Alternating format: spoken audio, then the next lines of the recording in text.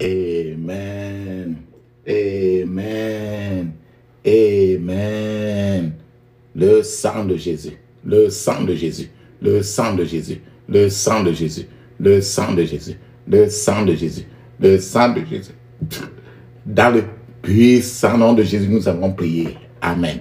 Amen. Amen. Bien-aimés dans le Seigneur Jésus-Christ, bonjour, bonsoir, suivant le temps qui se passe là où vous êtes maintenant. Je suis apôtre Forum chrétien du ministère de Jean, chapitre 8, verset 32. John était tout mixé. Je suis votre partenaire de prière de tout le temps. Je suis votre partenaire de prière de tous les jours. Encore que la grâce et la paix de notre Seigneur Jésus-Christ soient avec vous et de toute votre famille. Amen. Avant de commencer notre prière d'aujourd'hui, papa, maman, je vais vous conseiller, je vais vous exhorter maintenant de mettre une cuillère à café d'huile d'onction dans votre bouche. Laissez-la jouer dans votre bouche au moins 2 minutes avant de l'avaler. Rincez votre bouche suffisamment avec cela. Mettez aussi du l'onction un peu dans la paume de vos mains. Frottez vos mains avec cela. Frottez vos mains. Frottez votre front. Touchez vos cheveux. Touchez aussi votre nombril avec l'huile d'onction. Ce que vous avez fait en vous, faites la même chose pour vos enfants. Et vous allez vous dire que mais je vais prendre l'huile d'onction où?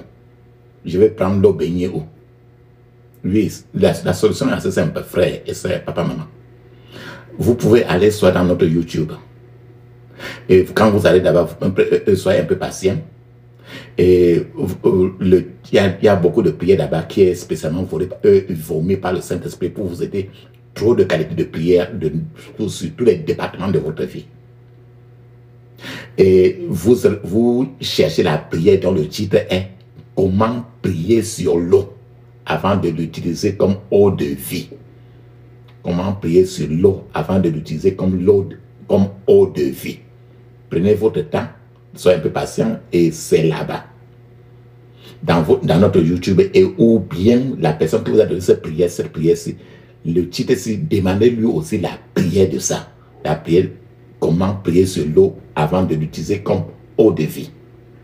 Quand vous avez cette prière déjà, prenez vous-même votre eau, de n'importe où que vous avez. Amenez votre eau et amenez votre huile. Que ce soit n'importe quelle huile. Mettez ça devant vous. Cliquez cela et mettez en marche, fermez les yeux. Étendez votre main sur l'eau et l'huile. Étendez votre main en haut et répétez tout simplement les prières. Et à la fin, vous avez devant vous l'huile d'onction, qui veut dire aussi huile bénie. Et c'est le Saint-Esprit. Vous avez aussi l'eau bénie déjà à la fin de la prière. Et chaque fois que vous lavez n'importe quoi que vous faites dans votre vie, utilisez toujours rien que l'eau bénie. Et elle ne finira pas. N'importe quelle eau que vous avez bénie ainsi, elle peut faire d'éternité en éternité. Alors, nos soeurs encore, je vous exhorte toujours, quand vous lavez-vous toujours avec l'eau de béni aussi, et lavez votre vagin, votre partie privée, rien qu'avec l'eau bénie. Ne mettez jamais l'eau simple dans votre partie privée pour vous laver. Imaginez un instant, l'eau bénie, c'est le Saint-Esprit. Imagine un instant que tu as de prendre le Saint-Esprit pour lancer dans ton vagin. C'est pour que toutes ces entités qui vivent le plus souvent dans les vagins des gens, quand vous lavez toujours avec l'eau bénie, alors ils ne peuvent plus résister. Et quand vous dormez toujours, lavez-vous toujours avec l'eau bénie. Lavez les enfants avec l'eau bénie. Vos draps, vos thés d'oreiller, n'importe quoi, votre sort avec l'eau bénie. Un gobelet d'eau bénie dans tout un puits d'eau. Un seul gobelet d'eau bénie dans tout un puits d'eau. Tout le puits d'eau sera l'eau bénie. Tout le quartier qui vient puiser là-bas, ils ont toujours l'eau bénie. Et ça ne finira jamais. Huile d'onction utilisée à volonté aussi. Amen. La Bible nous dit très bien dans 1 Thessaloniciens chapitre 5, 17, il est décrit prier sans cesse. Prier sans cesse. Parce qu'il faut prier sans cesse. Notre thème de prière aujourd'hui, papa, maman. Tu n'es pas fatigué de la pauvreté. Notre thème de prière aujourd'hui, les richesses doivent changer de main. La richesse doit changer de main. La richesse est entre les mains de ceux qui ne devaient pas avoir cette richesse-là en main. Mais cette richesse-là qui devait appartenir le chrétien. Pendant que le chrétien est pauvre, ceux qui ne sont pas chrétiens sont riches. Donc cette richesse-là, qui est dans les, qui sont dans les mains, où ça ne devait pas être, ça doit changer de main pour être maintenant dans ta main. Donc le titre de notre prière d'aujourd'hui, les richesses doivent changer de main, la main. Je prie pour que mon Dieu réponde et combatte pour vous par le feu pendant que vous écoutez ce message au nom de Jésus. Je prie que mon Dieu réponde et combatte pour vous par le feu pendant que vous écoutiez ce message au nom de Jésus. Je prie encore que tout Goliath qui se vante contre vous tombera et mourra au nom de Jésus. Je prie encore que toute autorité qui empêche le mouvement de Dieu dans votre vie, je le défie par le feu au nom de Jésus. Je prie encore que tout arbre maléfique qui travaille contre vous se desséchera depuis les racines au nom de Jésus. Frères et sœurs, pendant que vous écoutez ce message aujourd'hui, au moment où vous mettez déjà à écouter ce message, vous êtes inscrit ainsi dans le groupe des gens qui deviendront riches et aisés.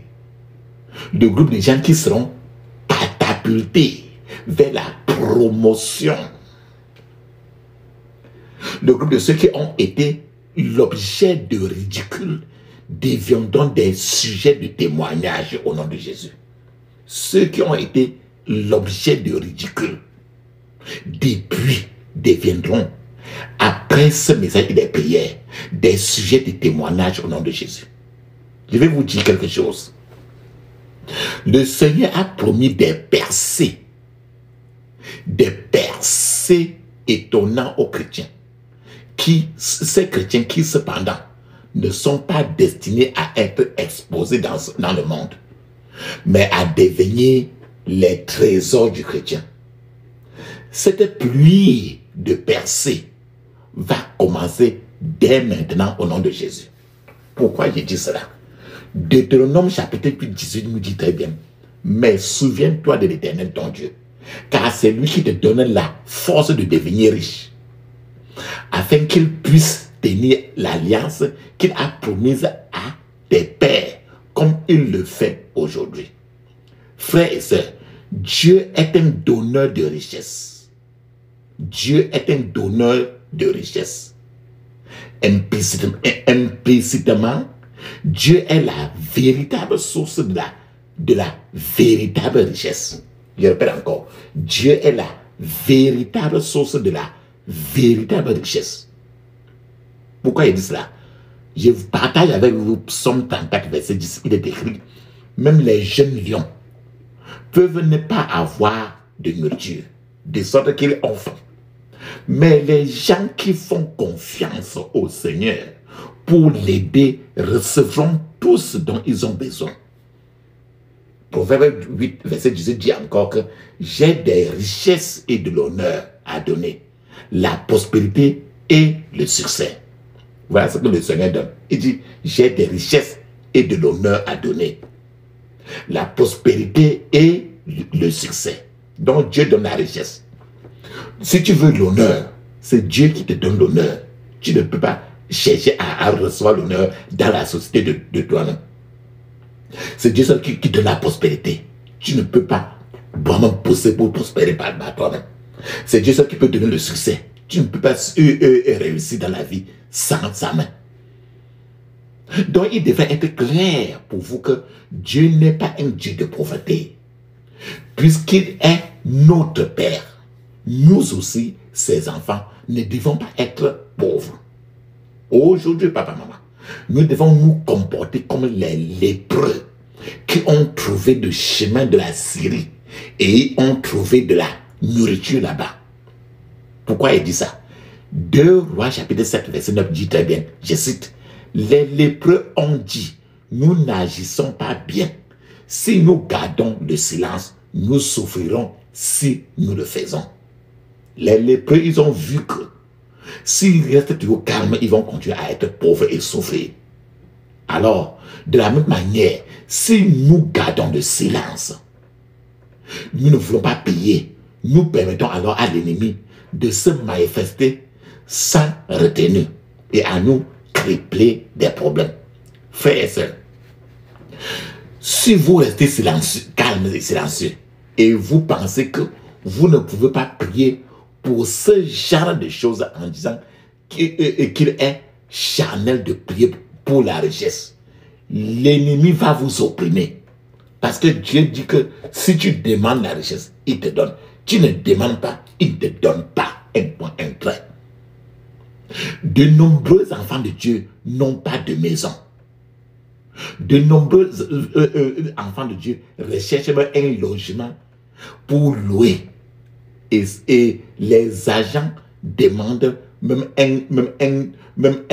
deux ou 3 ans d'accord d'abord et de paiement avant qu'ils entrent même dans la maison. 2 à 3 ans.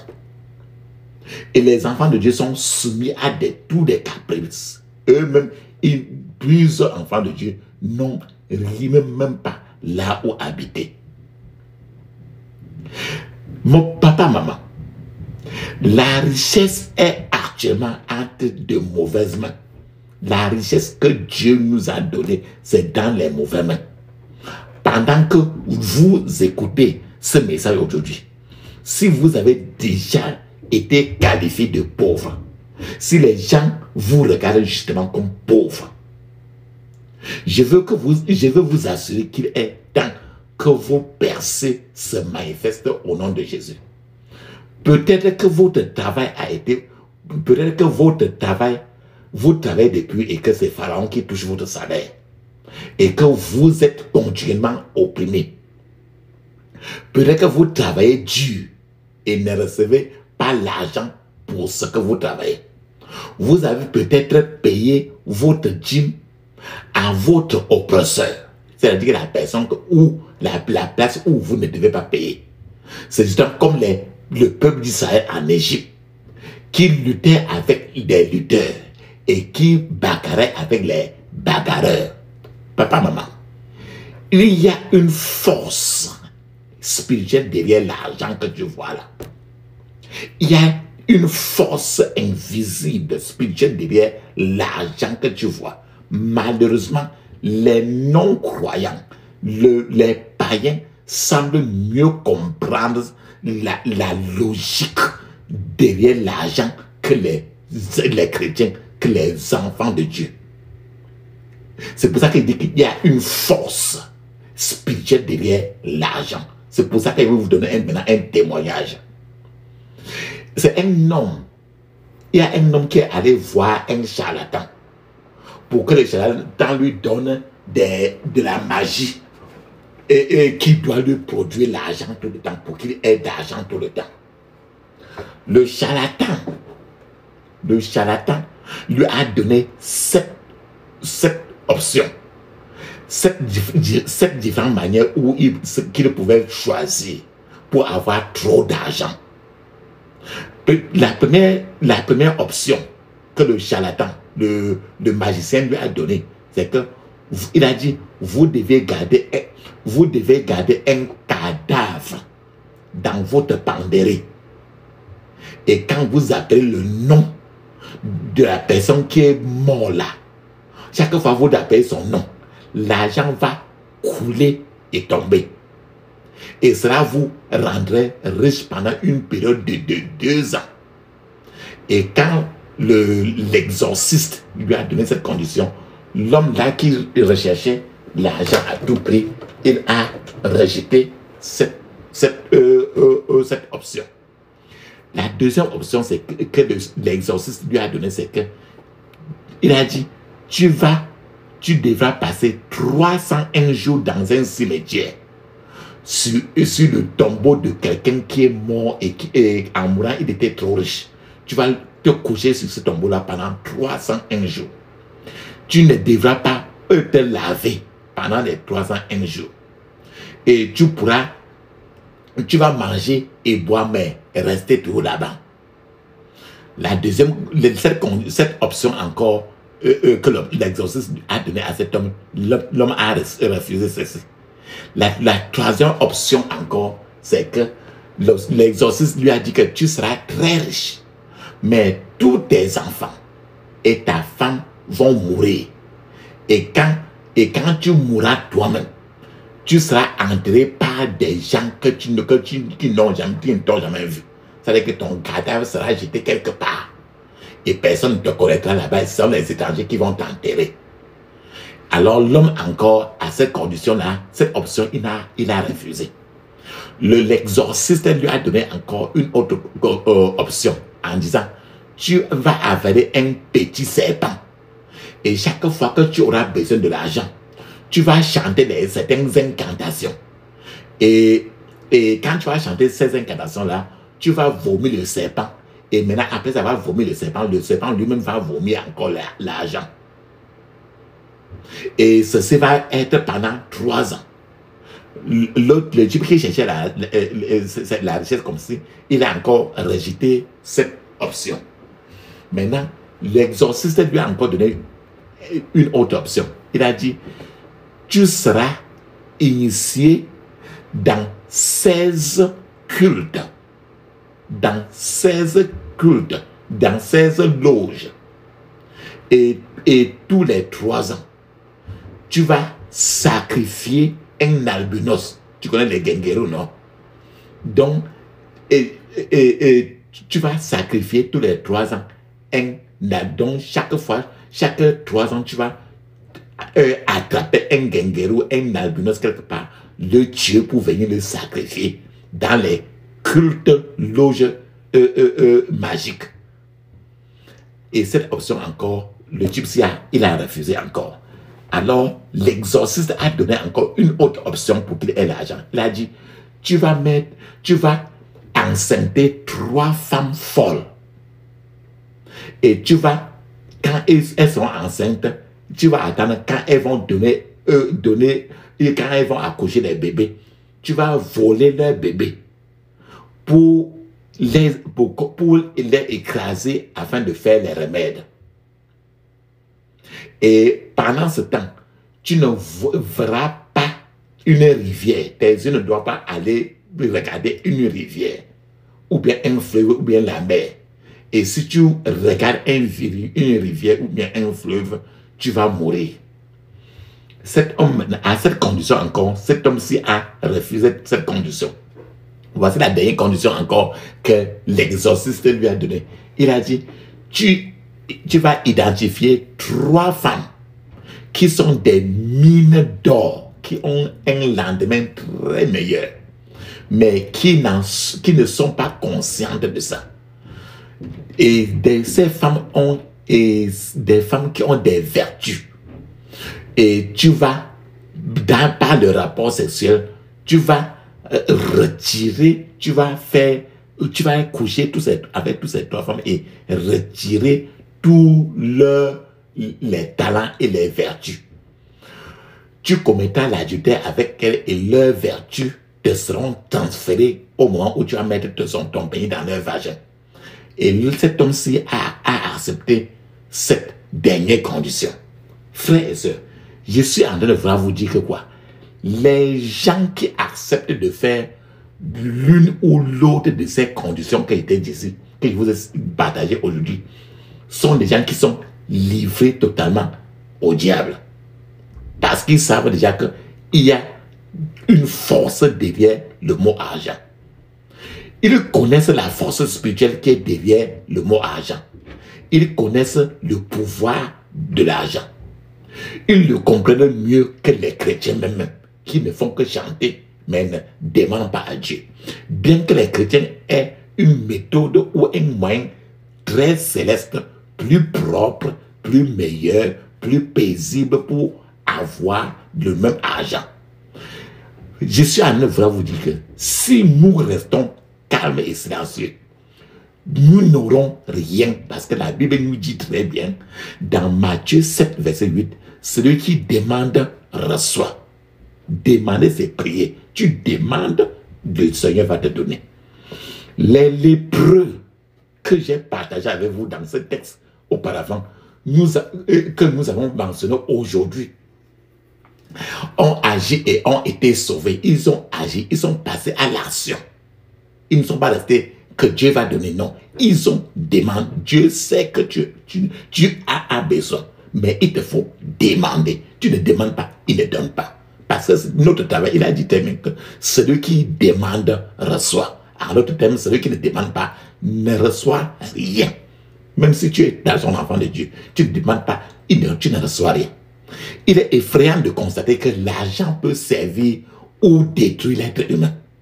Seul Dieu connaît le nombre, papa, maman. Regarde une somme d'argent, une pièce d'argent que tu peux avoir en main. Regarde l'argent que tu peux avoir en main maintenant. L'argent que tu as là, peu importe que c'est un billet ou bien c'est quoi.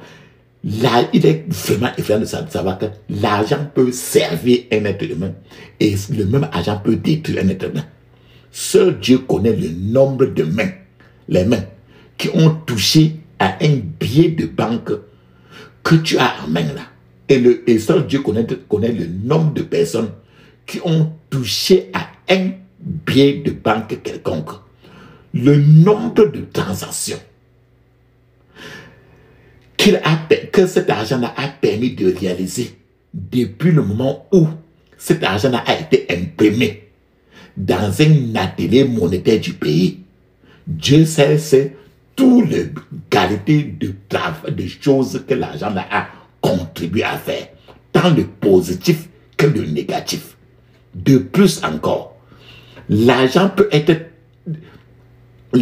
lui-même peut être taché de sueur. L'argent peut avoir une tache de sang. Taché de sueur, ça veut dire que tu peux chercher ton argent légalement. L'argent peut aussi avoir la tache de sang. Ça veut dire que l'argent bat le sang. L'argent est lourd du poids du travail humain. L'argent est lourd du poids du travail humain. Il est possible que les gens se soient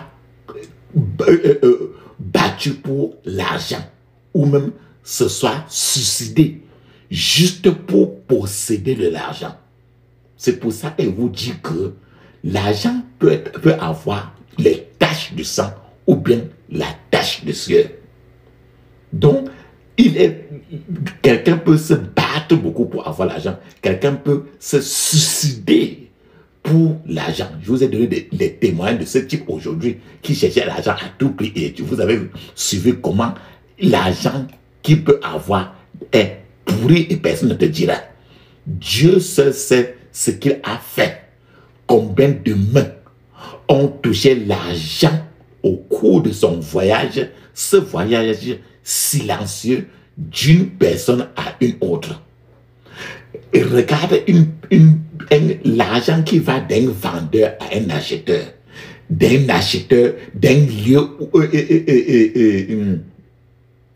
Dieu seul connaît le lieu où cet argent est passé. Dieu seul connaît le marché où cet argent est passé, de marché en marché, de vendeur à acheteur, des acheteurs aux vendeurs, des lieux en lieu, de marché en marché, de qualité de situation en qualité de situation. Frères et sœurs, je suis en train de vous dire que l'argent que tu vois, la monnaie, aurait pu acheter, la monnaie peut-être, c'est l'argent que tu as en main maintenant. Peut-être qu'on a utilisé cet argent-là pour acheter une alliance pour quelqu'un ou pour payer une carte de baptême pour aider quelqu'un. Peut-être que l'argent que tu as en main là, on a utilisé ça peut-être pour nourrir un bébé en pleine croissance. C'est le positif de cet argent-là. Peut-être l'argent que tu as en main maintenant là, c'est une somme d'argent qu'on a utilisé pour habiller quelqu'un, pour nourrir quelqu'un qui le manquait beaucoup. C'est le positif. De l'autre côté, Dieu révèle aussi de l'autre côté pour de l'argent. Ce même argent que tu as en main, peut-être on a utilisé cet argent pour briser les fiançailles de quelqu'un, pour que la personne ne se marie plus. Peut-être qu'on a utilisé cet argent-là pour déviager quelqu'un et saccager la vie de quelqu'un. Peut-être qu'on a utilisé cet argent-là pour payer peut-être un docteur pour faire un avortement, pour qu'un bébé meure. C'est pour payer la mort d'un enfant dans le ventre de sa mère par un avortement. Tu vois comment l'argent a trop de tâches. Cet argent, peut-être on a utilisé cet argent-là pour payer l'alcool qui a rendu quelqu'un, qui a fait saouler quelqu'un. Et on a utilisé la personne pour faire les films pornographiques. C'est le même argent qui est entre tes mains là. Pourquoi ne pas recevoir cet argent-là et relâcher le sang de Jésus sur cet argent avant d'utiliser? Pourquoi ne pas prendre cet argent-là, quand tu reçois l'argent-là, tu dis, je relâche le sang de Jésus sur cet argent. Je relâche le sang de Jésus. Tu dis 7 fois. Pourquoi ne pas bénir ton argent-là de l'argent que tu as reçu en main? Et je vous ai cité les voyages, tant d'autres lieux que l'argent est passé. Cet argent aurait pu, on a loué peut-être le corps, cet argent que tu reçois maintenant là, on a tendu à une femme pour louer son corps avant d'utiliser son vagin pour le marché du sexe. On a certainement utilisé cet argent-là pour acheter des armes criminelles afin d'aller tuer quelqu'un. L'argent de sang. Frères et sœurs, je suis en train de vous dire que quoi? Les chrétiens commettent l'erreur le plus souvent de ne pas prier sur leur argent. Les gens, les chrétiens prennent seulement l'argent simplement et le mettent dans leur caisse, dans leur sac ou bien dans leur porte-monnaie. Ils prennent sans d'abord prier cet argent et ils mélangent encore sur l'autre argent. Pourquoi ne pas relâcher le sang de Jésus sur l'argent que tu reçois? Et tu sais bien que cet argent-là est passé des morgues à morgues. L'argent que tu vois là est trop sale. Et très bien et trop pourri. L'argent aurait pu... l'argent aurait peut-être amené, cet argent que tu as en main là, aurait peut-être amené à la banque par quelqu'un qui l'a obtenu par le biais des transactions douteuses ou même des affaires sanglantes. Peut-être l'argent que tu as, c'est qu'on a vendu quelqu'un qu'on a découpé et on a vendu les corps, il a reçu l'argent, on a donné à quelqu'un qui t'a donné aussi. Vous devez sanctifier tout l'argent que vous recevez, de qui que ce soit, avant de le garder ou bien avant de le dépenser, avant de mettre dans votre porte-monnaie. Certains gens échangent de l'argent pour introduire la pauvreté dans la vie des autres. Tu peux être en train de recevoir l'argent comme ça, que c'est l'argent qu'on a parlé sur ça. Et quand ça entre dans ton argent, maintenant, ça met l'esprit de pauvreté dans tout et ça ferme ta boutique. La Bible fait une description d'un démon qu'on appelle le démon de Mammon. La Bible parle de Mammon. Je vais vous parler du démon qui est derrière l'argent qu'on appelle le démon de Mammon. M-A-M-M-O-N. Dans Luc 16, 13, verset 13, il est décrit: nul serviteur ne peut servir 2 maîtres, car ou il haïra l'un et aimera l'autre, ou il s'attachera à l'un et méprisera l'autre. Vous ne pouvez pas servir à la fois Dieu et Mammon. C'est-à-dire que tu ne peux pas servir Dieu et servir l'argent. Ce passage de Luc 16, 13 nous dit très bien que Mammon est personnifié et traité comme une idole. Un Dieu, quand tu vois quelqu'un qui aime tout l'argent, ça veut dire que le démon qui est dans la personne, c'est le démon qu'on appelle Mammon. M-A-M-M-O-N. Une personne peut travailler pour 2 maîtres. C'est-à-dire que tu peux avoir 2 travails. Mais la même personne ne peut pas servir de façon honnête et efficace 2 patrons. Il ne peut se servir qu'un seul patron. C'est-à-dire qu'on ne peut pas porter l'arbre sur les 2 épaules. Pour porter quelque chose sur ton épaule, c'est sur une seule épaule. Mammon, que tu vois, est le pouvoir et c'est le démon qui contrôle l'argent. Maman, c'est le grand démon qui contrôle l'argent. Quand tu vois quelqu'un qui, pour lui, quand l'argent est entre ses mains, son corps, ça veut dire que l'esprit, le maman est dans lui. Maman est le vendeur du diable. Maman est celui qui vend les charmes, qui vend les remèdes traditionnels au marché. Quand dans votre marché local, dans votre pays là, quand tu vois quelqu'un en train de vendre des remèdes traditionnels, c'est que la personne là a le maman dans son corps. Maman est celui qui est responsable de la distribution de la pauvreté dans la race humaine. Maman attaque particulièrement les chrétiens. Maman, le démon maman, c'est que tout chrétien dans les affaires est impliqué dans une guerre spirituelle. C'est-à-dire qu'une partie de tout ce que le chrétien fait en tant que profit va sous forme de dîmes et d'offrandes à l'œuvre de Dieu et qui dépeuple le royaume des ténèbres. C'est pour ça que maman s'introduit maintenant là pour saccager les finances du chrétien. Le diable aime une situation où les chrétiens sont pauvres et ne peuvent pas financer leur propre programme, leur propre plan.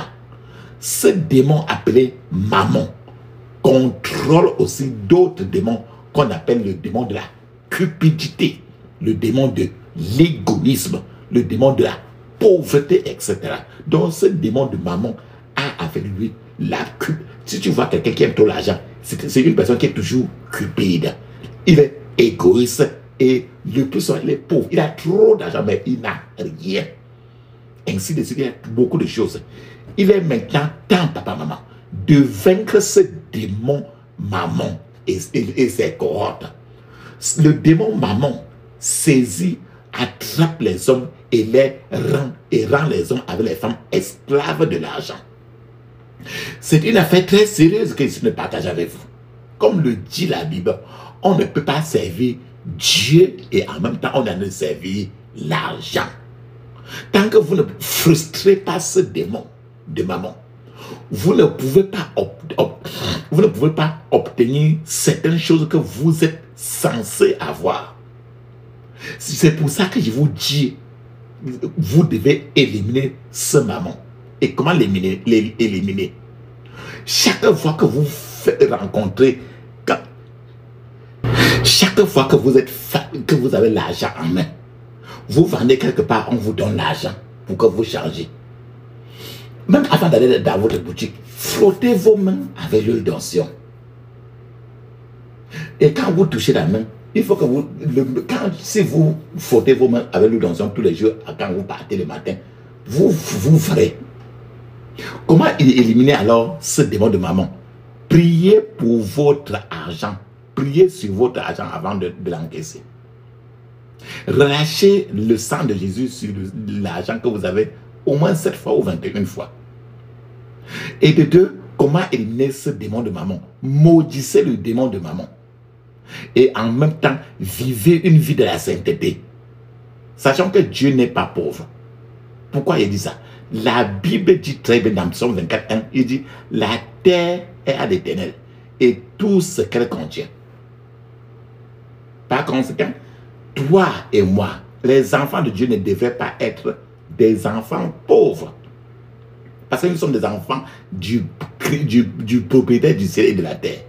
Notre Dieu est le Dieu d'Abraham, d'Isaac et de Jacob et d'Israël. Je prie et je sais que vous allez prospérer pendant que vous priez aujourd'hui. Tout l'argent du monde appartient à Dieu, notre Père. Pour Dieu, ce que vous voyez physiquement là, comme des billets de banque, ne sont que des papiers en réalité. Dieu sait comment transférer la richesse, c'est-à-dire transférer la fortune jusqu'à les mains de ses enfants. Si Dieu est votre Père céleste, sachez qu'il ne permettra pas que vous ou aucun de ses enfants ait faim. Dieu ne peut pas permettre que vous ayez faim.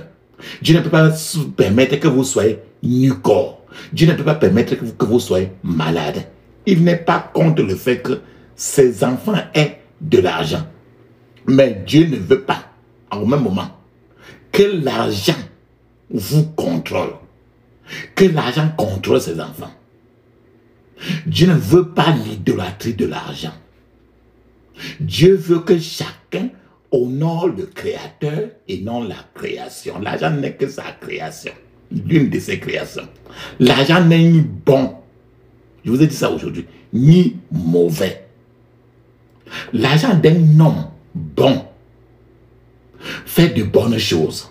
L'argent d'un homme mauvais fait de mauvaises choses. Si une personne ne peut pas contrôler l'argent conformément à la volonté de Dieu, cet argent pourrait tuer la personne et l'envoyer du coup en enfer. Soyez avertis. La richesse alors doit changer de main. C'est pour ça que nous sommes là aujourd'hui. La richesse qui doit être ton comble, qui est entre les mains des non-chrétiens. Aujourd'hui, quand vous priez, c'est pour que cette richesse-là revienne à vous. Les richesses doivent changer de main. Les chrétiens doivent prendre en charge la richesse des nations, des pays. La Bible dit que les pécheurs accumulent leur richesse. Les pécheurs, les païens accumulent leur richesse pour que nous, les chrétiens, prenions. C'est écrit dans Ecclésiaste chapitre 2, verset 26. Frères et sœurs, c'est la volonté de Dieu de nous donner les richesses, de nous transférer les richesses des païens. Quand les richesses sont entre les mains des païens, Dieu n'est pas à l'aise. Vous vous demandez peut-être si ce que vous écoutez, comme ce que je suis en train de partager avec vous, que c'est quelque chose scripturel, si c'est dans la Bible. Nous voulons vous dire, oui, c'est la volonté de Dieu. Pourquoi je dis cela? Dans Exode, je vous ai d'abord écrit que dans Ecclésiaste 2, 26, que les pécheurs accumulent leurs richesses pour que nous les prenions. Donc, quand un païen accumule trop de millions, des millions, Dieu attend que toi, tu sois complètement avec lui et au temps opportun, il prend, il te donne. Parce que c'est le propriétaire. Je partage encore avec vous pour supporter le fait que les richesses des païens doivent être transférées aux chrétiens par la prière. Dans Exode chapitre 3, verset 22, il est écrit: chaque femme doit demander à sa voisine égyptienne et à toute femme égyptienne vivant dans sa maison des cadeaux, argent ou vêtements. Vous devez mettre ces cadeaux sur vos enfants, fils ou filles. Lorsque vous quittez l'Égypte, de cette façon, vous emporterez avec vous les richesses du butin des Égyptiens. Frères et sœurs, c'est l'ordre que Dieu a donné au peuple d'Israël lorsque le peuple d'Israël quittait l'Égypte. Le peuple d'Israël sont partis avec les richesses des païens, des Égyptiens. Papa, maman, vous feriez-vous la même chose à vos Égyptiens? Il est temps que vous arrachiez vos richesses entre les mains des Égyptiens. Vous pouvez dire que ce n'est pas bien de leur part d'avoir agi ainsi. Que pourquoi, quand le peuple d'Israël quittait en Égypte, ils ont ramassé toutes les choses des Égyptiens pour partir. Vous pouvez croire ainsi. Mais ce n'est pas vrai aussi.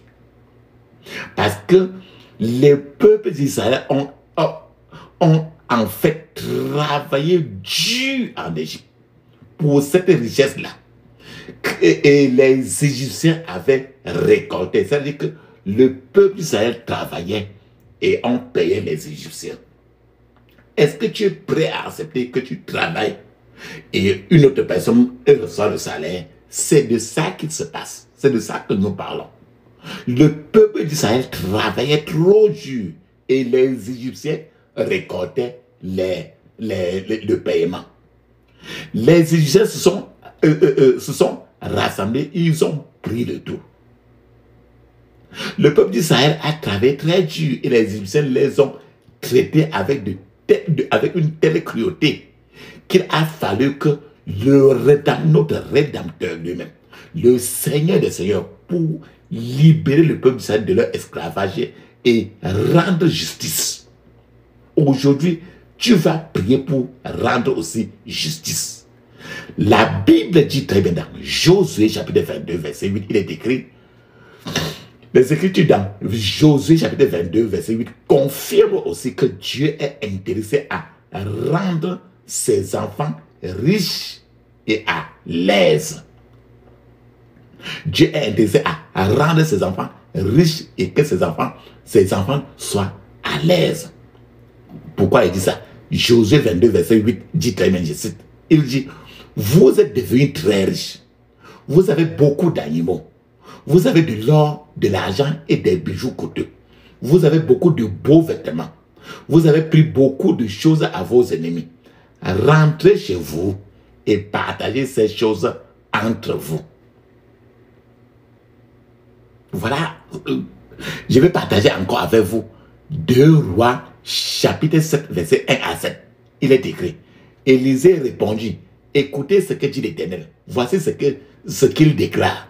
Demain à cette heure, sur la place de Samarie, à la porte de la ville, on vendra 10 kilos de fine farine pour une pièce d'argent et 20 kilos d'orge pour le même prix. L'aide de camp du roi qui l'accompagnait répondit à l'homme de Dieu, même si l'Éternel perçait les trous dans le ciel, comment pareille chose pourrait-elle se réaliser? Élisée répliqua, tu le verras de tes propres yeux, mais tu n'en mangeras pas. Près de la porte d'entrée de la ville se trouvaient 4 hommes atteints d'une maladie de peau rendant impur. Ils se dirent l'un à l'autre, à quoi bon rester ici à attendre la mort? Si nous décidons d'entrer dans la ville, nous y mourrons, car la famine y règne. Si nous restons ici, nous mourrons également. Venez, descendons plutôt au camp des Syriens et rendons-nous à eux. S'ils nous laissent vivre, tant mieux.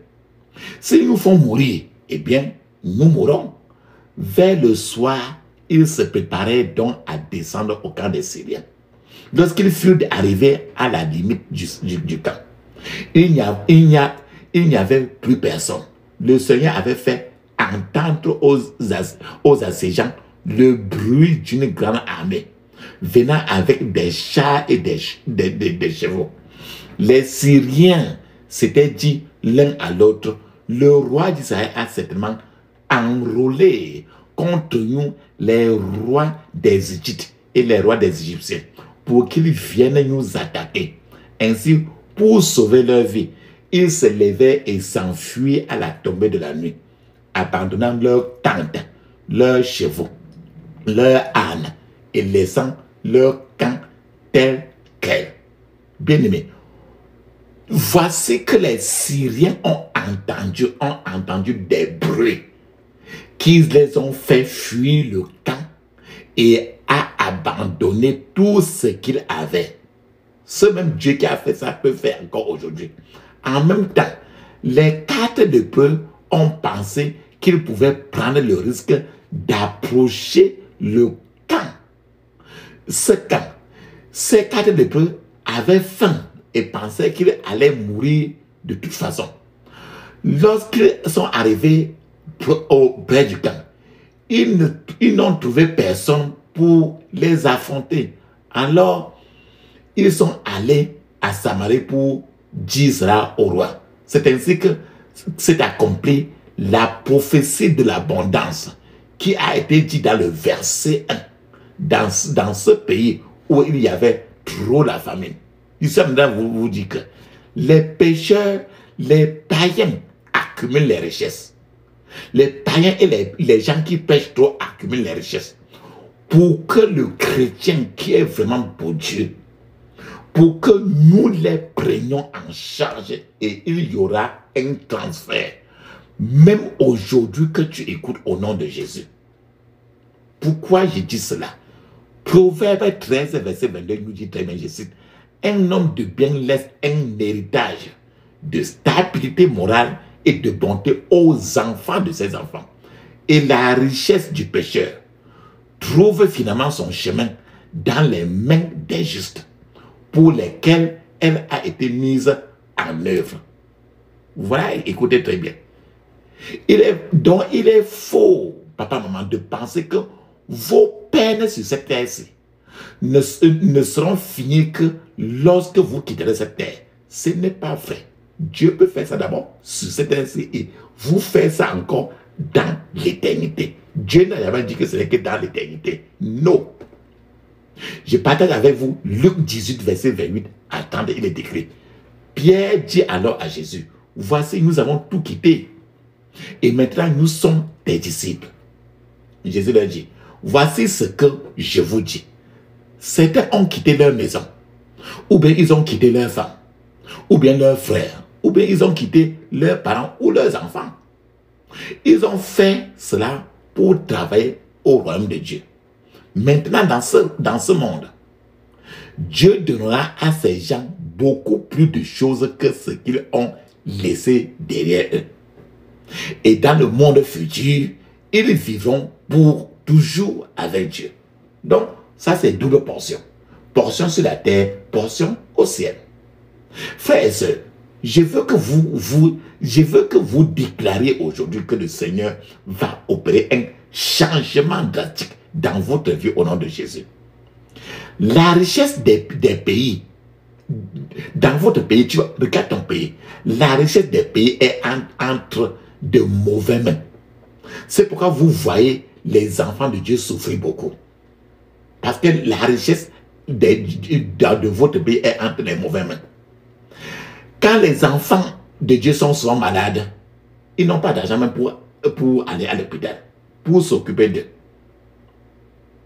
Ils cherchent partout dans la maison, il n'y a pas d'argent pour aucun comprimé. Ils ne peuvent pas se permettre de mettre même des moustiquaires dans leur maison pour s'éloigner des moustiques. Les enfants de Dieu le plus souvent, ils n'ont même pas d'insecticides pour tuer les moustiques. Les enfants de Dieu ont trop de chances de tomber malades et sont plus exposés au paludisme. Et plusieurs enfants de Dieu, il fait chaud, il n'y a pas de ventilateur. Voilà, et la situation des enfants de Dieu est toujours très drastique. Certains des enfants de Dieu vont souvent voir même des docteurs, des médecins qui sont très incompétents au lieu de consulter des médecins qualifiés. Pourquoi? Parce qu'il n'y a pas d'argent. Certains enfants de Dieu malades sont détenus même à l'hôpital parce qu'il n'y a pas d'argent pour payer la facture de l'hôpital.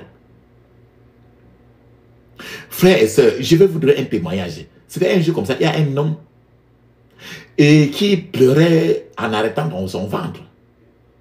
Il pleurait en arrêtant son ventre. Il se roulait par terre, il pleurait. Et quelqu'un s'est approché de lui et l'a amené à l'hôpital. Parce que il voyait la situation de Tula, la douleur qu'il avait. Et la Tula pleurait beaucoup en arrêtant. Il criait toujours que son ventre fait mal. Et quand on est arrivé à l'hôpital, le type qui criait son ventre ainsi, pendant que le docteur était en train de préparer la solution pour l'injecter, l'homme même qui pleurait comme ça, en arrêtant son ventre, il a dit qu'il voulait manger. Le médecin lui a demandé s'il avait mangé le matin avant de venir. Le type a dit que son dernier repas remontait à la veille, le jour suivant le matin. On lui a donné à manger et il a mangé jusqu'à en demander encore l'autre. Au moment où il a fini de manger, le mal de ventre qu'il pleurait, roulait, a disparu. On n'avait plus besoin de remède. Donc son remède, c'était la famille. La Bible nous dit très bien dans Proverbe 10, verset 15, la richesse du riche, c'est sa ville forte La ruine du pauvre, c'est la pauvreté. La pauvreté est en train de ruiner ce type-ci. Et la richesse du riche, c'est sa ville forte. Mais la personne qui a donné cette richesse, normalement, qui a mis ça dans votre pays, c'est Dieu. Mais pas pour les païens, pour les enfants de Dieu. Dieu n'a pas tout destiné à l'homme.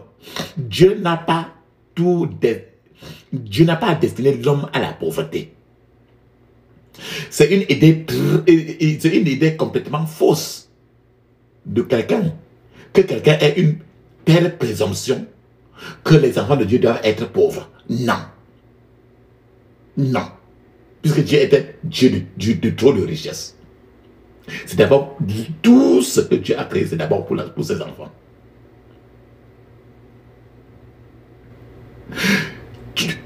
Le plus souvent, tu vois un homme pauvre qui a une femme qui est en train de vendre la nourriture en bordure de route.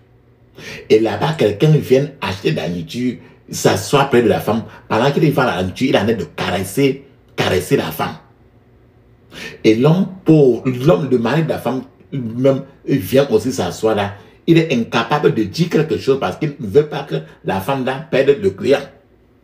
Le client de la nourriture, mais ce client-là est en train de caresser le dos de sa femme. Mais parce que l'homme est pauvre, il est limité.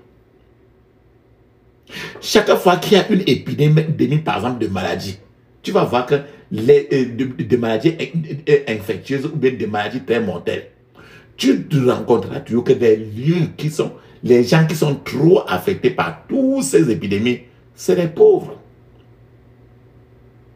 Donc les endroits les plus touchés sont toujours, et qui sont les plus frappés sont toujours les lieux qui sont décimés par la pauvreté. Bien aimé, la vérité est que lorsque Dieu a créé votre pays, Dieu a déposé suffisamment de bonté de choses pour que ses enfants puissent en profiter, sachant parfaitement que dans votre pays, beaucoup d'évangélistes et de missionnaires vont surgir pour propager l'évangile. Je prie pour vous que tout esprit qui crée la disette, le manque pour vous, au milieu de l'abondance, tombe aujourd'hui et meurt au nom de Jésus. Quand la richesse est entre de mauvaises mains, elle pousse l'homme ordinaire à faire des choses bizarres. Je vais vous donner maintenant un témoignage. C'est une femme qui est allée à l'hôpital pour accoucher. Et elle n'a pas pu payer la facture de l'hôpital et on l'a retenue à l'hôpital. Un jour, elle a mis ce bébé-là qu'elle a accouché dans un sac plastique. Et elle a dit à l'infirmière qu'elle voulait aller acheter quelque chose dehors là. Qu'elle voulait acheter quelque chose dehors. L'infirmière a eu confiance à elle et elle a permis de partir pour acheter cela avec le sac en plastique. Et c'est comme ça que la femme s'est échappée avec son bébé dans le sac plastique. Cette femme, comme ça, en sortant comme ça de cet hôpital, a posé ainsi un fondement de dette pour son enfant par cet acte de vol. L'enfant est devenu alors un débiteur, endetté et a reçu une vie de pauvreté le reste de sa vie. Jusqu'à ce que cet enfant maintenant est arrivé à un lieu où il fallait faire ce genre de prière. Bien aimé, tout le monde, toi et moi, tout le monde paie une dîme à quelqu'un ou à quelque chose. Tout le monde. Quand on dit paye la dîme à Dieu, les gens que tu refuses de payer la dîme, quand tu refuses de payer la dîme à Dieu, tu es toujours en train de payer la dîme. Toujours la dîme. Tu payes, qui que ce soit, paye toujours un dîme à quelqu'un. Quand tu dis payer la dîme à Dieu, c'est pour ton avantage. Quand tu payes ta dîme, quand ce n'est pas à Dieu, c'est pour ton désavantage. Je vous donne un témoignage. Un frère a oublié de payer sa dîme pendant un certain mois particulier. Et comme il a oublié de payer la dîme, un jour, il conduisait sa voiture. Et il est parti à la station-service pour mettre le carburant. Et le jeune homme qui vendait l'essence là-bas l'a trompé. Et le frère a donné l'argent au jeune homme. Et le jeune homme a pris l'argent, mais il n'a pas mis l'essence. Il n'a pas mis le carburant dans le réservoir. Mais le frère a payé quand même l'homme. Mais il ne savait pas qu'on n'a pas mis le carburant. Après avoir roulé, quand le frère a quitté, après avoir roulé un moment, la voiture s'est arrêtée.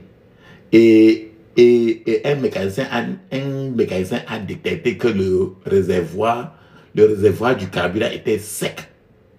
Et le frère s'est posé la question de savoir pourquoi le gars de la station l'a trompé sans mettre l'essence, et il a pris l'argent, mais il n'a pas mis l'essence. Et comme le diable était... Il s'est posé la question, mais pourquoi le diable a eu ma voix ainsi? Ce frère, maintenant, il a cherché dans sa vie, il a vu un péché, il s'est souvenu d'un péché, il a découvert qu'il n'avait pas payé la dîme de ce mois-là. Alors, parce qu'il n'a pas payé la dîme de ce mois-là, le dévoreur est entré et l'a dévoré. L'argent qu'il a donné là et les risques de sa voiture, il a payé la dîme au compteur au monde du problème. Et quand le frère s'est rendu compte ainsi, il a couru très vite pour payer sa dîme pour ne plus faire face à ce problème. Quand Dieu veut faire quelque chose dans votre vie, vous devez coopérer avec Dieu pour cela, pour être correct. Il ne sert à rien de désobéir Dieu et vous consoler en passant tout le temps à faire des louanges. Je prie que tu refuses d'être à l'aise avec la pauvreté au nom de Jésus. Amen. Frères et sœurs, au moment où vous aurez chassé l'esprit de pauvreté, les gens se précipiteront sur vous pour vous remettre leur argent, parce que les richesses aujourd'hui doivent changer de main. La richesse qui est entre les mains des méchants doivent entrer dans vos poches. La question que tu vas te poser, c'est quelles sont les étapes à prendre pour que la richesse qui appartient aux enfants de Dieu soit transférée entre les mains des enfants de Dieu. La première condition, c'est qu'il faut une vie de la sainteté. La sainteté sans honte. Quand tu veux être avec Christ, sois sans honte de Christ. Une vie de sainteté sans honte. Pourquoi il dit cela? Romains 12, 1 nous dit très bien, mes amis chrétiens, Dieu a été très bon envers nous. À cause de cela, je veux vraiment que vous serviez Dieu de toute votre vie. Offrez-lui votre corps comme un sacrifice continue à vivre. Servez-le avec tout ce que vous avez et qui lui plaira. C'est la vraie façon d'adorer Dieu. Frères et sœurs, lorsque vous abandonnez votre vie à Jésus-Christ, Dieu lui-même maintenant va confier sa richesse entre vos mains. C'est un païen manipule la richesse de Dieu. Cette richesse de Dieu va certainement le tuer. Vous devez être très prudent et vivre le genre de vie que Dieu veut que vous viviez. Votre attitude envers l'argent lui-même en tant que chrétien est très important. Plusieurs chrétiens sont totalement pour le bon du diable. L'argent ne doit pas diriger votre vie. L'argent ne doit pas être votre patron. Vous ne devez pas être comme ces gens qui ont exagéré l'importance de l'argent sur leur vie. Et l'argent contrôle leur vie. L'argent est leur Dieu. Une fois que vous avez vécu une vie sainte et brisée, Dieu va confier sa richesse maintenant entre vos mains. Et les richesses de Dieu sont des richesses durables et sans fin entre vos mains. Lorsque la Bible parle de richesses durables, cela signifie qu'il existe des richesses qui ne sont pas durables. C'est-à-dire que des richesses qui ne durent pas. Mais la richesse de Dieu va de génération en génération.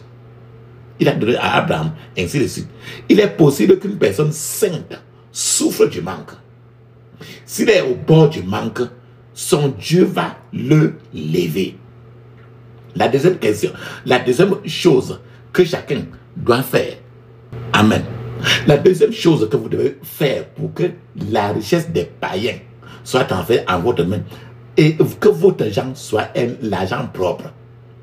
Et en vous, l'argent que vous avez, il faut que cela soit le bon type d'argent, l'argent propre. Beaucoup de gens souffrent parce qu'ils ont de l'argent illégal, l'argent sale en leur possession.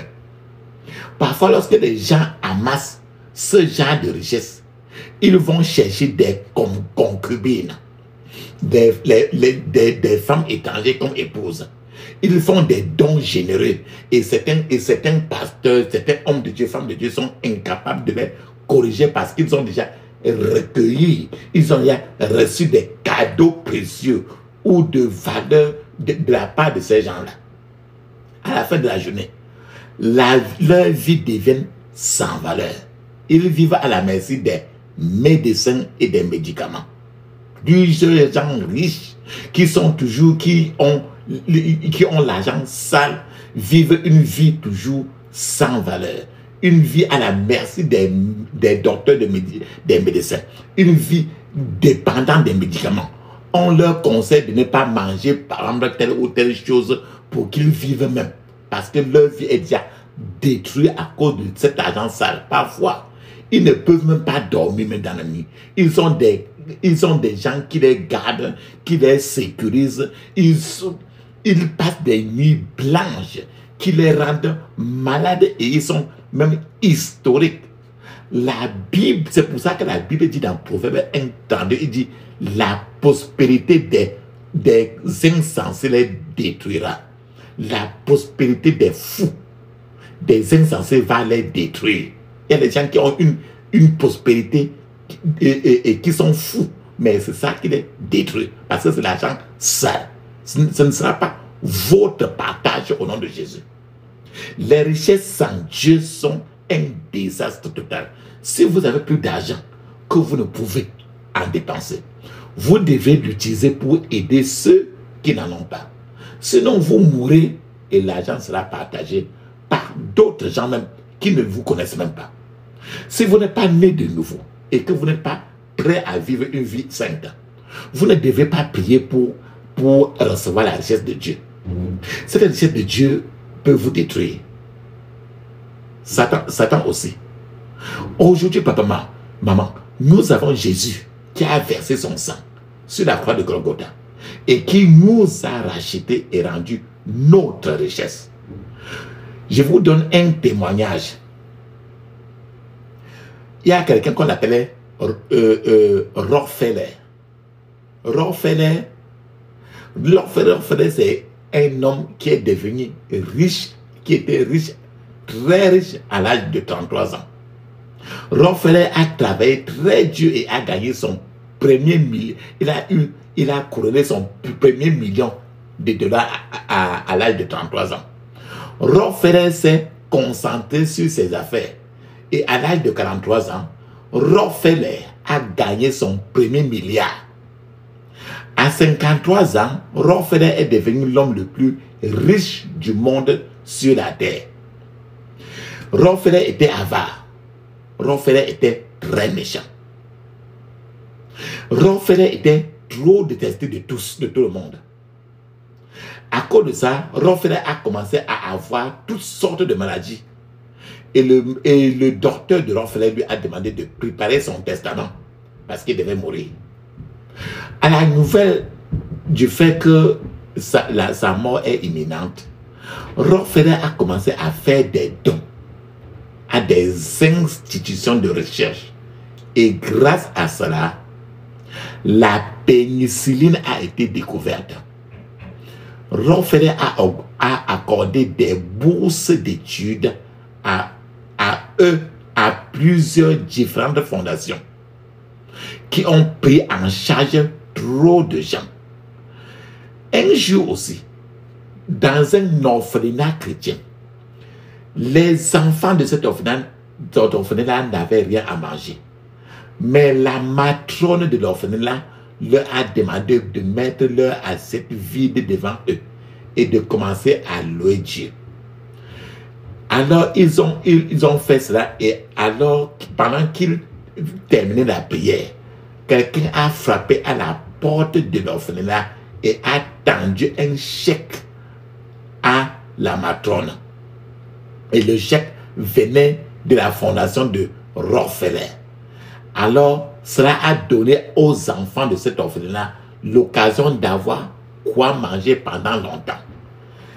Aussi, un jour maintenant, les enfants de cet orphelinat ont décidé de rendre visite à Rockefeller et ont écrit une belle lettre pour remercier Rockefeller.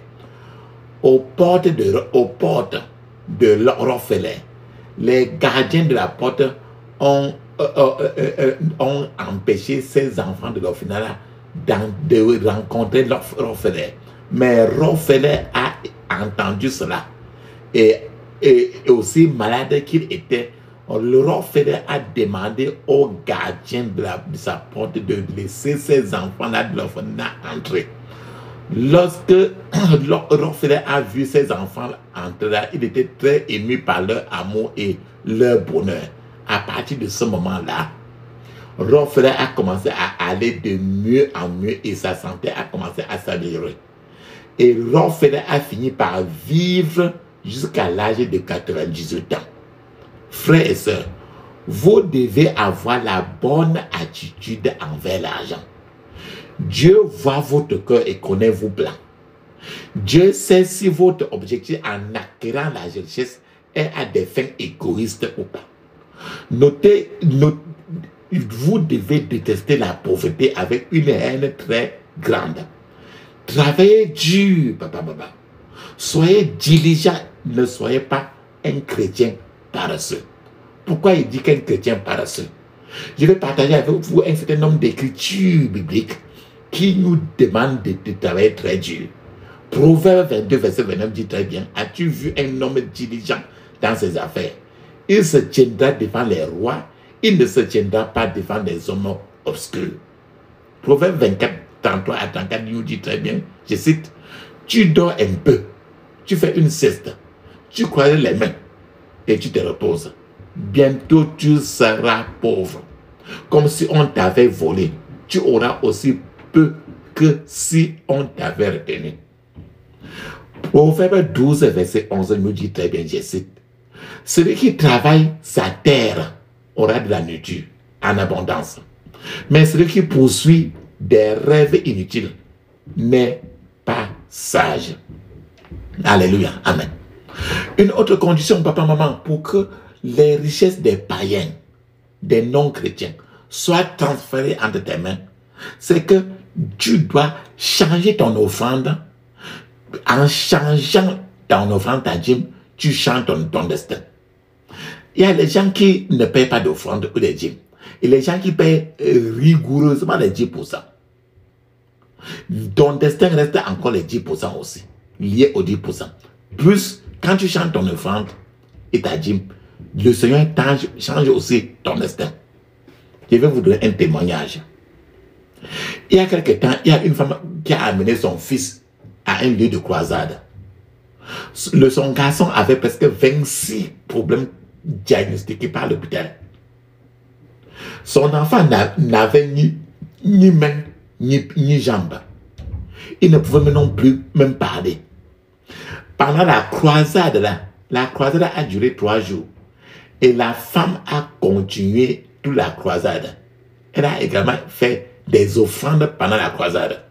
À la fin du programme, l'évangéliste a demandé à la congrégation de faire une offrande pour la prédication de l'évangile de ce jour-là.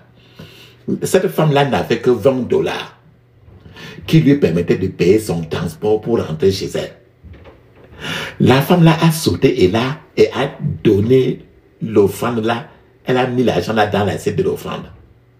Cela semblait un peu fou, mais vers la fin du service, l'évangéliste lui a donné une parole de connaissance concernant une opération chirurgicale pratiquée sur un garçon dans le lieu. Et ce garçon un garçon qui avait 26 problèmes. La femme qui était la maman du garçon l'a réclamé et a commencé à se réjouir. Immédiatement, son fils s'est levé d'un bond et a commencé à marcher, a commencé à balancer ses mains et a commencé à crier « Maman, maman » pour la première fois de sa vie. En réalité, et sur place même, il y avait presque 15 handicapés dans les fauteuils roulants devant, qui se sont levés au même moment que le fils a été guéri aussi. C'était gens qui étaient sur les brancards pour transporter les malades, se sont également levés et ont commencé à louer le Seigneur. Pendant que la femme donnait son témoignage, des gens se sont levés de tous les côtés du lieu de la croisade et ont commencé à lui donner aussi, à lui donner beaucoup d'argent. Elle est rentrée ce jour-là avec plus que ce qu'elle avait donné au Seigneur. Je suis en train de vouloir vous dire que si vous êtes avare avec Dieu, il ne pourra pas vous confier ses richesses, les richesses des païens. Je suis en train de vouloir vous dire que payez votre dîme fidèlement afin de ne pas ouvrir les portes de votre vie aux dévoreurs qui s'installeront et feront des ravages. Certains gens considèrent que c'est une somme d'argent. Quand ils prennent leur salaire, ils divisent leur argent. Ils considèrent que certaines sommes d'argent sont trop grandes pour être payées comme dîme à quelqu'un. Cela signifie qu'elles ne sont pas qualifiées pour avoir des bénédictions. Donc 10% sont considérés comme trop beaucoup. Donc quand tu divises ton argent par 10 et tu vois que les 1/10 sont trop, ça veut dire que les bénédictions qui sont liées à 10% sont trop et que tu n'en veux pas. C'est ce que ça fait et le Seigneur reste aussi tranquille. Je suis en train de vouloir vous dire que papa, maman, décidez d'investir votre richesse dans le royaume de Dieu. Priez des prières pour détruire la pauvreté. Et puis, priez des prières pour libérer les richesses. Aujourd'hui, tu vas prier, premièrement, les prières pour détruire la pauvreté. Et puis, très farouchement, tu vas prier les prières pour libérer les richesses, pour que les richesses des païens, des non-chrétiens soient transférées entre tes mains. Et c'est ce que tu vas faire avec trop d'agressivité. La puissance dans le sang de Jésus. La puissance dans le sang de Jésus. La puissance dans le sang du roi des rois. La puissance dans le sang de Jésus. La puissance dans le sang de Jésus. La puissance dans le sang de Jésus. La puissance dans le sang du roi des rois. La puissance dans le sang de Jésus. Papa, maman, ferme tes yeux, ouvre ta bouche. Dis ceci. Je couvre mon esprit, mon âme, mon corps et toutes mes possessions du sang de Jésus. Je couvre mon esprit, mon âme, mon corps et toutes mes possessions du sang de Jésus. Dans le puissant nom de Jésus, j'ai prié. Amen. Maintenant, on va faire maintenant des prières pour détruire le démon de la pauvreté. Nous avons parlé des mamans, non? Ferme tes yeux, dis ceci. Je me libère de tout esprit de pauvreté au nom de Jésus. Je me libère de tout esprit de pauvreté au nom de Jésus. Dans le puissant nom de Jésus, j'ai prié. Amen. Pour l'esprit de pauvreté, tu vas voir ça dans les rêves. Si tu vois quelqu'un dans les rêves qui a les habits déchirés sur lui. Quand tu vois les gens en route qui portent les pantalons déchirés, on dit que c'est la mode là. Les pantalons déchirés, les habits déchirés, les pantalons déchirés, tout ça, c'est l'esprit de pauvreté. Quand tu parles ça, ça veut dire que tu invites ainsi l'esprit de pauvreté. Ferme tes yeux, dis ceci. Je me libère de tout vêtement de pauvreté au nom de Jésus. Je me libère de tout vêtement de pauvreté au nom de Jésus. Dans le puissant nom de Jésus, j'ai prié. Amen. Ferme tes yeux, dis ceci. Je maudis l'esprit de pauvreté pour qu'il meure au nom de Jésus. L'esprit de pauvreté, c'est maman. Je vous ai dit ça. Je maudis l'esprit de pauvreté pour qu'il meure au nom de Jésus. Je maudis l'esprit de pauvreté pour qu'il meure. Dans le puissant nom de Jésus, j'ai prié. Amen. Ferme tes yeux, dis ceci. Je me libère de la servitude de pauvreté au nom de Jésus. Je me libère de la servitude de pauvreté au nom de Jésus. Je me libère de la servitude de pauvreté. Dans le puissant nom de Jésus, j'ai prié. Amen. Nous savons, il y a prié contre l'esprit de pauvreté. Maintenant, la deuxième, dis maintenant, Amen cette fois. Amen, Amen, Amen, Amen, Amen, Amen, Amen. Ça, très bien ça. Maintenant, on va prier pour que le Seigneur transfère les richesses des païens entre tes mains. Femme tes yeux, dis ceci. Oh Dieu, que la richesse des païens vienne à moi, au nom de Jésus. Oh Dieu, que la richesse des païens vienne à moi, au nom de Jésus. Dans le puissant nom de Jésus, j'ai prié. Amen. Étends tes mains devant et ferme les yeux comme si tu veux prendre quelque chose. Ferme tes yeux et dis ceci. Oh Seigneur, que ton aimant divin de prospérité soit planté dans mes mains, au nom de Jésus. Oh Seigneur, que ton aimant divin de prospérité soit planté dans tes mains, dans mes mains, au nom de Jésus. Oh Seigneur, que ton aimant divin de prospérité soit planté dans mes mains, dans le puissant nom de Jésus, j'ai prié. Amen. Peut-être que tu as déjà reçu un jour le faux argent. Ferme tes yeux, dis ceci. Je récupère mon porte-monnaie de la main de Judas Iscariot, au nom de Jésus. Je récupère mon porte-monnaie de la main de Judas Iscariot, au nom de Jésus. Dans le puissant nom de Jésus, j'ai prié. Amen. Ferme tes yeux, dis ceci. Oh Seigneur, qu'il y ait un transfert inversé de ma richesse, transférée de manière satanique, au nom de Jésus. Oh Seigneur, qu'il y ait un transfert inversé de ma richesse, transférée de manière satanique, au nom de Jésus. Dans le puissant nom de Jésus, j'ai prié. Amen. Ferme tes yeux, dis ceci, crie fort. Je récupère le volant de ma richesse des mains des conducteurs maléfiques, au nom de Jésus. Je récupère le volant de ma richesse des mains des conducteurs maléfiques, au nom de Jésus. Je récupère le volant de ma richesse des mains des conducteurs maléfiques, au nom de Jésus. Dans le puissant nom de Jésus, j'ai prié. Amen.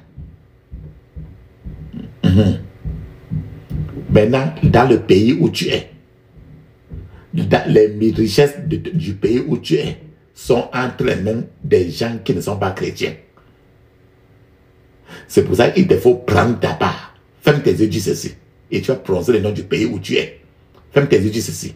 Seigneur, je réclame ma part des bonnes choses que tu as déposées dans ce pays, au nom de Jésus. Seigneur, je réclame ma part des bonnes choses que tu as déposées dans ce pays, dans le pays, au nom de Jésus. Seigneur, je réclame ma part des bonnes choses que tu as déposées dans ce pays, au nom de Jésus, dans le pays. Dans le puissant nom de Jésus, j'ai prié. Amen. Ferme tes yeux, dis ceci. Je refuse de fermer la porte des bénédictions contre moi-même, au nom de Jésus. Je refuse de fermer la porte des bénédictions contre moi-même, au nom de Jésus. Je refuse de fermer la porte des bénédictions contre moi-même, au nom de Jésus. Dans le puissant nom de Jésus, j'ai prié. Amen. Ferme tes yeux, dis ceci. Oh Seigneur, envoie tes anges pour m'apporter des bénédictions, au nom de Jésus. Oh Seigneur, envoie des anges pour m'apporter des bénédictions, au nom de Jésus. Dans le puissant nom de Jésus, j'ai prié. Amen. Frère et sœur, mets une pause. Tu vas parler en langue 7 minutes avec les yeux fermés. Le parler en langue est écrit dans Marc, chapitre 16, 17. Actes des apôtres, chapitre 2, de 1 à 5. Et c'est encore écrit dans plusieurs parties du Nouveau Testament. Pendant que tu parles en langue, nous sommes en train, je serai en train de t'attendre. Pendant que tu parles en langue, vas-y.